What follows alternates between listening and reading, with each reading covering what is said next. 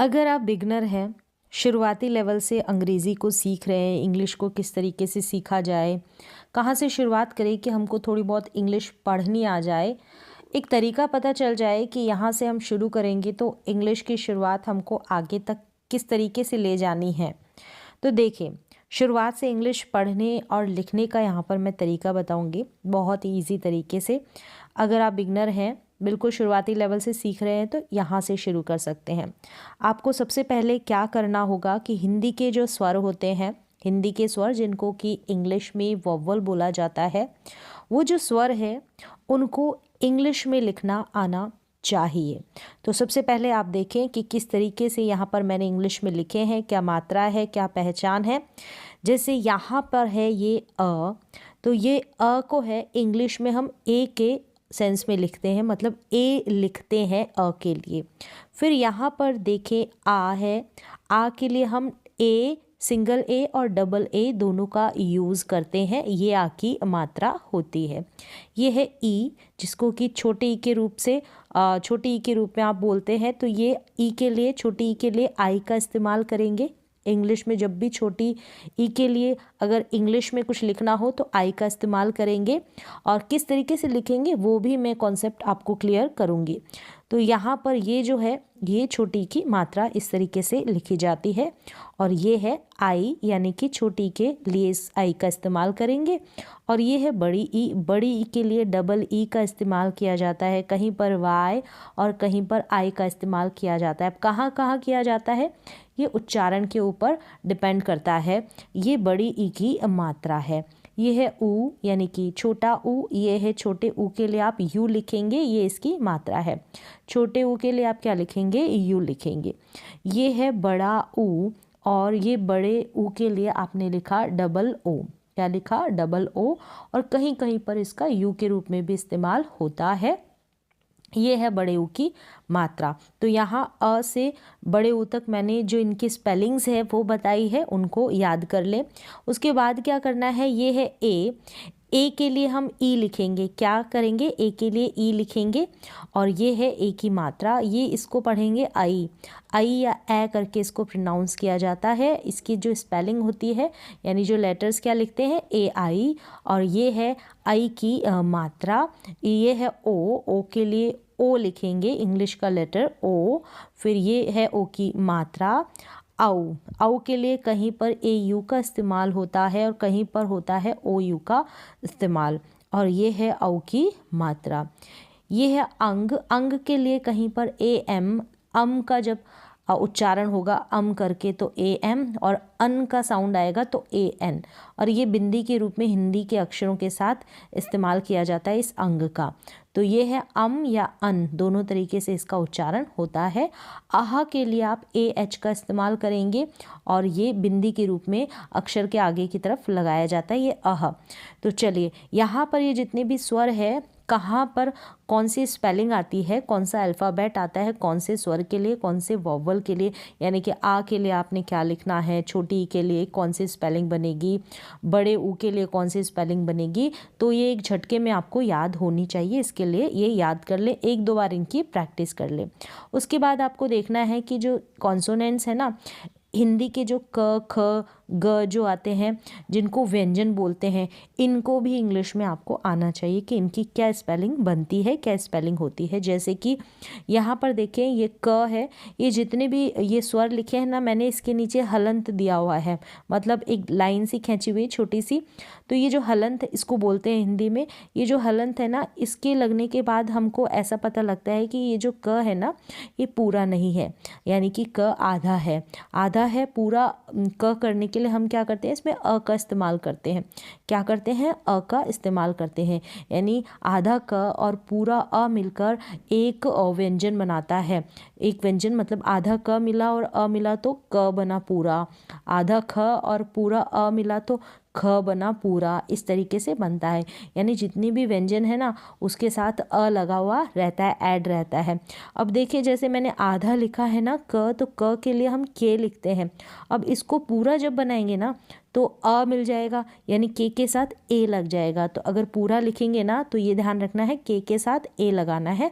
तो यहाँ पर सिर्फ मैं व्यंजन की जो स्पेलिंग बनती है वो बता रही हूँ। जैसे आधे क के लिए के हो गया, फिर ख आता है तो ख के लिए आप याद कर लें के एच, ग के लिए आपने याद करना है जी, फिर घ है ना इसके लिए जी एच, फिर च के लिए सी एच, ये छ है इसके लिए सी डबल एच का इस्तेमाल करना है, ज के लिए जे लिखना है, झ के लिए क्या लिखेंगे जे एच लिखेंगे, ट के लिए क्या लिखेंगे टी लिखेंगे, और ठ के लिए आपने लिखना है टी एच, ड के लिए डी, ढ के लिए डी एच, ण के लिए एन का इस्तेमाल करना है, त के लिए टी, थ के लिए क्या लिखेंगे टी एच, द के लिए डी लिख देंगे, ध के लिए डी एच, न के लिए एन, न और ण है ना इन दोनों के लिए एन, पी के लिए यानी प के लिए पी लिख देंगे, फ के लिए कहीं पर पी एच का इस्तेमाल होता है, कहीं पर फ का इस्तेमाल होता है, ब के लिए बी लिख देना है,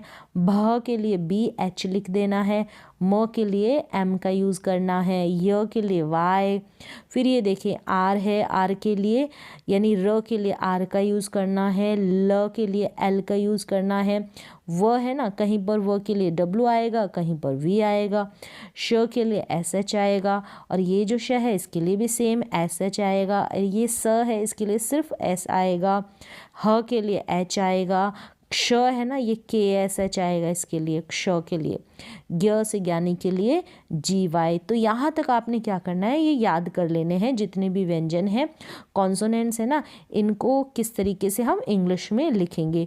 आपको यहाँ तक याद हो गए कि व्यंजन और ये स्वर जो है ये याद हो गए हैं, तो इसके अनुसार आप क्या कर सकते हैं, आगे कुछ स्पेलिंग्स बना सकते हैं, वो मैं आपको आगे बताऊंगी। पहला स्टेप आपने स्वर व्यंजन दोनों याद कर लिए। अब नेक्स्ट स्टेप देखें, यहाँ पर आपको क्या करनी है, बारखड़ी होती है ना जो हिंदी की, क का की कु के कई को कऊ कंग कह, ये ज्ञ से ज्ञ तक बनती है, तो इसको बारखड़ी बोला जाता है। अब इसको भी ये जो इंग्लिश में लिखी है मैंने, ये इंग्लिश में इनकी क्या स्पेलिंग बनती है ये आनी चाहिए। जब आपको स्वर और व्यंजन इंग्लिश में लिखने आ गए तो बारखड़ी भी लिखनी आ जाएगी। कैसे आएगी मैं बता देती हूँ, उसी तरीके से आपने पूरी ज्ञ तक बना लेनी है खुद से। जैसे ये क है, क के लिए के आएगा, और क के साथ जो अ है ना, अ जुड़ा हुआ रहता है, मैंने बताया, यानी कि जो व्यंजन होता है व्यंजन को कंप्लीट करने के लिए हमको अ ऐड करना पड़ता है। सिर्फ अ के लिए स्पेलिंग बनती है ए, और सिर्फ क के लिए बनाएंगे तो के ए बन गया क के लिए। अब यहाँ पर देखें का के लिए के डबल ए का इस्तेमाल हो गया, ठीक है। तो मैंने बताया ना कि आ की मात्रा जब लग जाती है, जैसे क के साथ आ की मात्रा लग गई ना, तो इस आ की मात्रा की क्या स्पेलिंग होती है, यहाँ पर देखें ये है, कहीं पर ए लगता है, कहीं पर डबल ए लगता है, तो यहाँ पर मैंने डबल ए का यूज़ किया है। ए का इस्तेमाल भी होगा जब हम नाम लिखेंगे ना, तो जो प्रोनाउंसिएशन होगा, उच्चारण होगा, उसी के अनुसार क्या होगा, ए और डबल ए आता है। अब यहाँ देखें क के साथ छोटी की मात्रा लगी है, तो छोटी की मात्रा की आई स्पेलिंग होती है।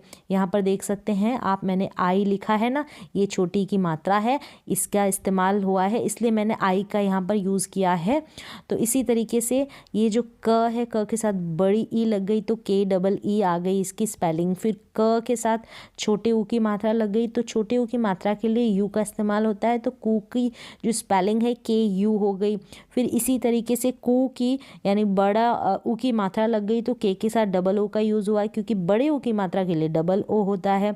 सेम ऐसे ही एंड तक आपको ज्ञ तक ऐसे ही बना लेनी है। फिर ये देखिए क के साथ ए की मात्रा, तो ए की मात्रा के लिए ई का यूज़ होता है, तो के ई बन गया। फिर ये देखिए कई है, तो के साथ ए आई लग गया, क्योंकि आई की मात्रा के लिए ए आई का इस्तेमाल होता है। ये देखिए को है, तो क के लिए तो क के लिए के हो गया, ओ की मात्रा के लिए ओ हो गया। सेम ऐसे ही कऊ के साथ है, क के लिए के हो गया, औ की मात्रा के लिए ए यू हो गया। कंग के लिए भी सेम ऐसा है, क के लिए के हो गया, और ये जो बिंदी है इसके लिए ए एन या ए एम आता है। दोनों का इस्तेमाल करेंगे, जो भी नाम होगा, जो उच्चारण होगा उसके अनुसार। फिर ये देखें कह के लिए के ए एच है, के ए एच, कह के लिए, ठीक है। ए एच जो होता है ये 2 बिंदी के लिए आता है। सेम ऐसे ही ख का बना लिया है मैंने यहाँ पर, ख के लिए के एच आता है। जैसे पहले यहाँ पर देखिए ख के लिए क्या लिखा है, ख के लिए के एच है, ख हो गया, मैंने के एच लिखा है। पूरा बनाने के लिए मैंने ए को जोड़ दिया है, क्योंकि अ जुड़ा हुआ है ना, तो अ की स्पेलिंग ए होती है, तो के एच ए हो गया। सेम ऐसे ही खा में भी करना है, आ की मात्रा के लिए डबल ए है और ख के लिए के एच है। सारी की सारी स्पेलिंग ऐसे ही बन जाएगी जैसे हमने क की बनाई है। खी में भी देखें ऐसे ही है, छोटी की मात्रा है ख के लिए तो के एच और छोटी की मात्रा के लिए आई, फिर खी ख के लिए के एच और बड़ी की मात्रा के लिए डबल ई। फिर देखिए खू, ख के लिए के एच और छोटे ऊ की मात्रा के लिए यू। फिर देखिए खू, ख के लिए के एच और बड़ी ऊ की मात्रा के लिए डबल ओ। सेम ऐसे ही खे, खई, खो, खो, इनकी स्पेलिंग बना लेनी है।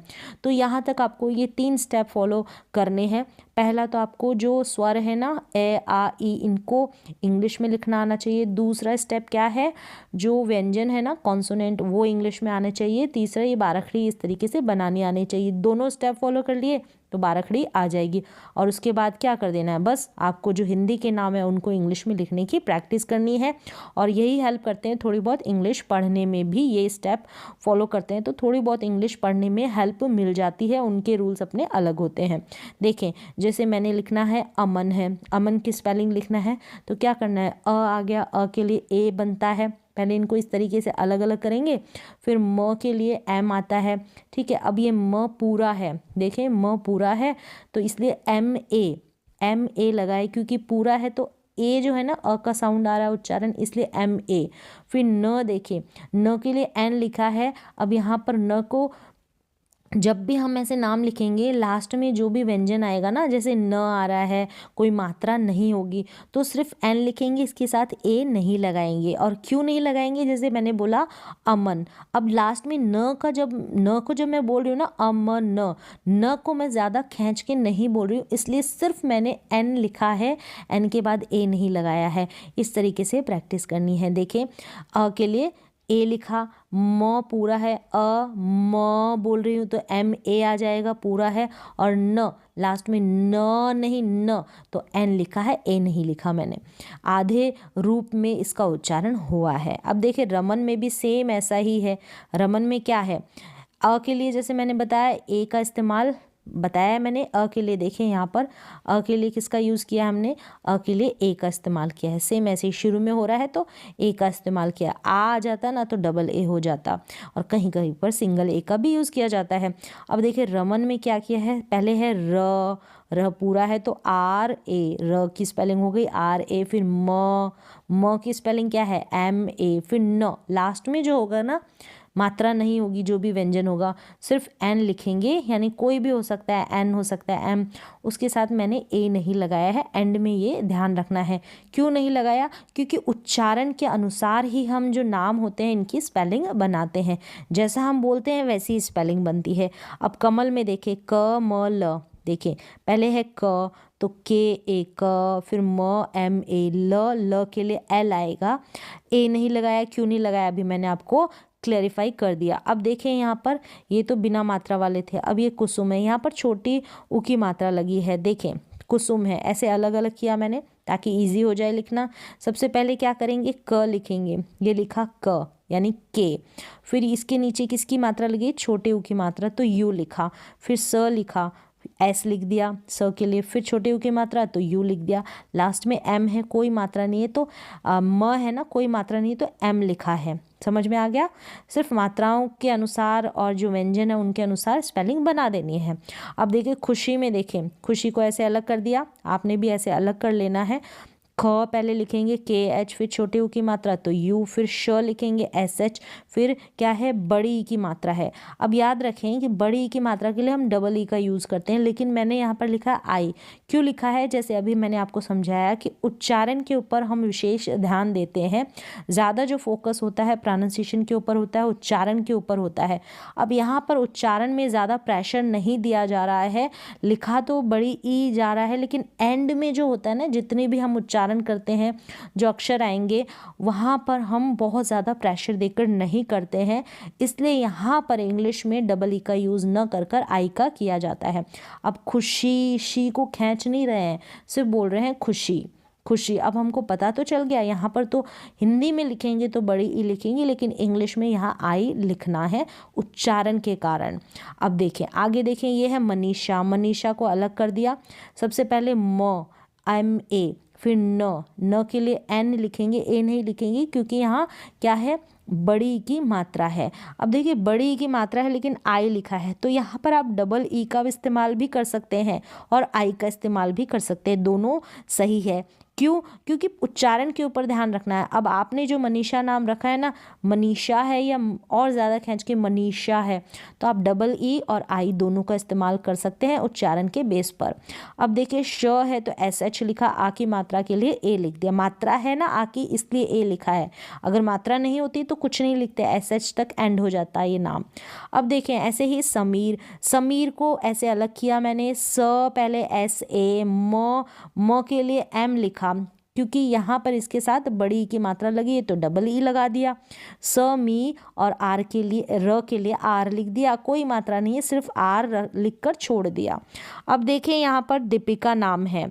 दीपिका नाम है, द के लिए D लिखा, बड़ी की मात्रा तो डबल ई, प आ गया, फिर प के लिए पी लिखा, फिर यहाँ पर छोटी की मात्रा है तो आई लिखा, फिर यहाँ देखिए क है, क के लिए के लिखा, आ की मात्रा है तो ए लिख दिया, ये बन गया दीपिका। समझ में आ रहा होगा। अब ये देखिए दीपशिका है। अब ऐसे जो नाम होंगे ना जिनके दो भाग किए जा सकते हैं, दो टुकड़े किए जा सकते हैं, तो दो टुकड़े कर दिए मैंने, लिखा दीप और फिर शिखा। पहले हम दीप की स्पेलिंग लिखेंगे फिर शिखा की, तो दीप की स्पेलिंग DEEP बनी, द के लिए डी लिख दिया, बड़ी की मात्रा तो डबल ई, प के लिए पी लिख दिया। अब प से एंड हो रहा है तो यहाँ पर ए वगैरह कुछ नहीं लगाएंगे, ऐसे बड़े नामों में ध्यान रखना है। दीप हो गया, प तक एंड हो गया, पहला जो भाग है। फिर दूसरा देखिए शिखा है, श के लिए SH लिखा, छोटी की मात्रा तो आई लिखा, ख के लिए KH लिखा, आ की मात्रा तो ए लिखा। मात्रा के अनुसार मैंने इसकी स्पेलिंग बना दी। दीपशिखा। जो बड़े नाम होंगे उनके ऐसे टुकड़े कर लेने, जितने बन सकते हैं। इसके 2 बन सकते थे तो मैंने 2 किए हैं, कईयों के 3 भी बन सकते हैं तो उनके 3 कर लेने हैं। अब देखिए यहाँ पर हिंदी में हम क्या करते हैं, H लिखा, ह के लिए H लिखा, छोटी ई की मात्रा है तो आई लिख दिया। ये जो बिंदी है इसका मतलब होता है कि आधा न है, आधा न है ही, आधा न का साउंड आ रहा है तो आधे न के लिए N लिखा, क्योंकि न के लिए हम N लिखते हैं ना, आधा है तो N ही आएगा, ए नहीं आएगा। फिर देखिए दी है लास्ट में, द के लिए डी लिख दिया, बड़ी की मात्रा है लेकिन मैंने आई लिखा है, डबल ई नहीं लिखा, जैसे मैंने क्लैरिफाई कर दिया कि उच्चारण के बेस के अकॉर्डिंग हम क्या करते हैं, नाम लिखते हैं ये सारे। अब हिंदी, दी को ज़्यादा खींचकर नहीं बोला जा रहा है, ज़्यादा प्रेशर नहीं दिया जा रहा है। हिंदी में लिखते वक्त यहाँ पर बड़ी की मात्रा आएगी, लेकिन इंग्लिश में यहाँ पर आई आ जाएगी, छोटी ई की मात्रा के अनुसार हम स्पेलिंग बनाएंगे, ये आपको ध्यान रखना है। तो इस तरीके से आपको जो स्पेलिंग्स होती है उनको लिखना है। जो फोकस होता है यहाँ पर किसके ऊपर होता है, ज़्यादा जो है प्रोनाउंसिएशन, उच्चारण के अनुसार ही हम क्या करते हैं, नाम जो होते हैं इनकी स्पेलिंग लिखते हैं। तो इस तरीके से आप नाम की स्पेलिंग खुद से बना सकते हैं, ये 2-3 स्टेप फॉलो करके। तो उम्मीद है कि ये जो है क्लास आपके लिए बहुत ज़्यादा यूजफुल